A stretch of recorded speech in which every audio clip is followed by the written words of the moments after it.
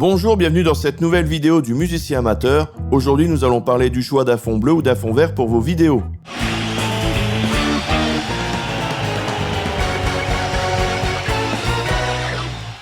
Tout d'abord, vous pouvez télécharger le livre gratuit Les 17 achats indispensables pour réaliser un CD, un clip ou un DVD. Pour cela, il vous suffit juste de cliquer dans le lien sous la vidéo dans la description.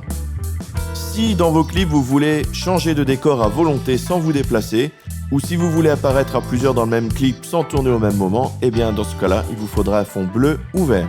Tout d'abord, il faudra vérifier que votre logiciel de montage vous permettra d'utiliser ce genre d'incrustation.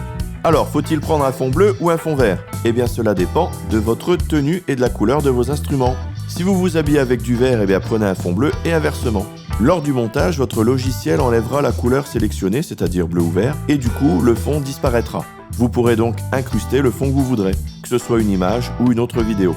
On n'y pense pas forcément, mais vérifiez bien que dans vos instruments, il n'y ait personne qui ait du vert dessus. Par exemple, si vous avez du vert sur la guitare, ou sur des éléments de batterie, ou sur un clavier, cela va être très difficile d'améliorer ça après. Je parle bien sûr dans le cas d'un fond vert.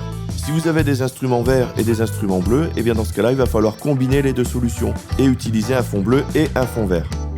Ces fonds peuvent être de plusieurs matières. Il y en a en tissu, il y en a en revêtement qui ressemble un petit peu au caoutchouc, ou il y a aussi une autre solution qui consiste à peindre directement le mur de chez vous ou de votre studio. Dans ce dernier cas, prenez une peinture mate pour éviter les réflexions de lumière.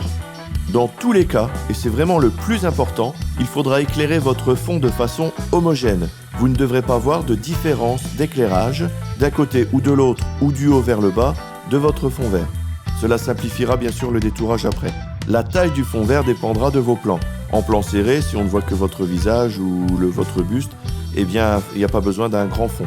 Par contre, si vous êtes debout, prévoyez quelque chose de grand et aussi sous vos pieds bien sûr. Pas mal de fonds sont vendus avec des kits, avec des pieds, mais si vous êtes musicien, vous avez certainement déjà des pieds de micro ou des pieds d'enceinte, et dans ce cas-là, en ajoutant quelques tuyaux du genre gouttière, eh bien vous pourrez adapter votre fond dessus et éviter un achat supplémentaire. Dans tous les cas, une tige doit être insérée sur toute la longueur du fond vert pour éviter les plis au milieu et en hauteur. Voilà, cette vidéo arrive à la fin, j'espère que vous aurez trouvé quelques informations pour vous aider à trouver votre fond et aussi de quel type et de quelle taille.